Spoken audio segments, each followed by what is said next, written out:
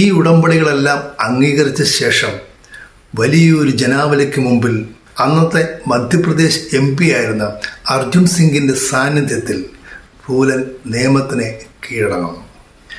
എങ്കിലും ഫൂലൻ്റെ മേലുള്ള മേൽജാതിക്കാരുടെ അനീതിയും അക്രമങ്ങളും അപ്പോഴും അവസാനിച്ചിട്ടില്ലായിരുന്നു. കീഴടങ്ങി ജയിലിൽ കഴിയുന്ന സമയത്ത് എന്തോ ഒരു അസുഖത്തിൻ്റെ പേരിൽ ചികിത്സിക്കുവാനായിട്ട് കൊണ്ടുപോയ ജയിൽ ഡോക്ടർ ഫൂലൻ്റെ അനുമതിയില്ലാതെ അവരുടെ ഗർഭപാത്രം നീക്കം ചെയ്യുകയുണ്ടായി.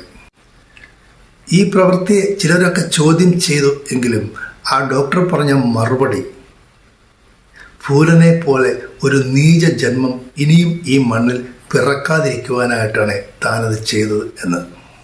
നോക്കണം, അതിജീവനത്തിനുള്ള അവകാശം പോലും ഫൂലനെ നിഷേധിക്കപ്പെടുന്നു.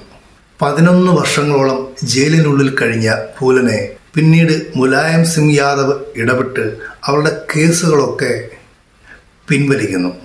അങ്ങനെ ജയിലിൽ നിന്നും സ്വതന്ത്രയാക്കിയ ഫൂലനെ മുലായം സിംഗ് അടുത്ത ഇലക്ഷന് മത്സരിക്കുവാനായിട്ട് ഒരു സീറ്റും നൽകി.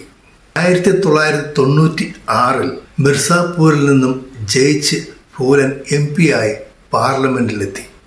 തുടർന്ന് 98 തെരഞ്ഞെടുപ്പിൽ കഷ്ടിച്ച് പരാജയപ്പെട്ടിരുന്നു. എങ്കിലും 1999 തെരഞ്ഞെടുപ്പിൽ വീണ്ടും മികച്ച ഭൂരിപക്ഷത്തോടുകൂടി തന്നെ ഫൂലൻ വിജയിച്ചു. എന്നാൽ ജീവിതത്തിൽ അന്തിമ വിജയം ജാതി വെറിക്കും അനീതിക്കും തന്നെയായിരുന്നു.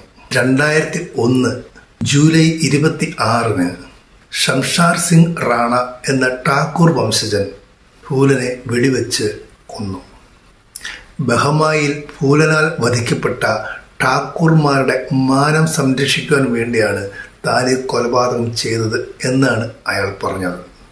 ജന്മം കൊണ്ട് താണ ജാതിയിൽ ജനിച്ചുപോയി എന്നൊരു ഒറ്റ കാരണത്താൽ ഫൂലനെ പോലുള്ള സ്ത്രീകൾക്ക് മാനം നഷ്ടപ്പെടാം, സ്വത്ത് നഷ്ടപ്പെടാം, ജീവിക്കാനുള്ള അവകാശം പോലും നഷ്ടപ്പെടാം.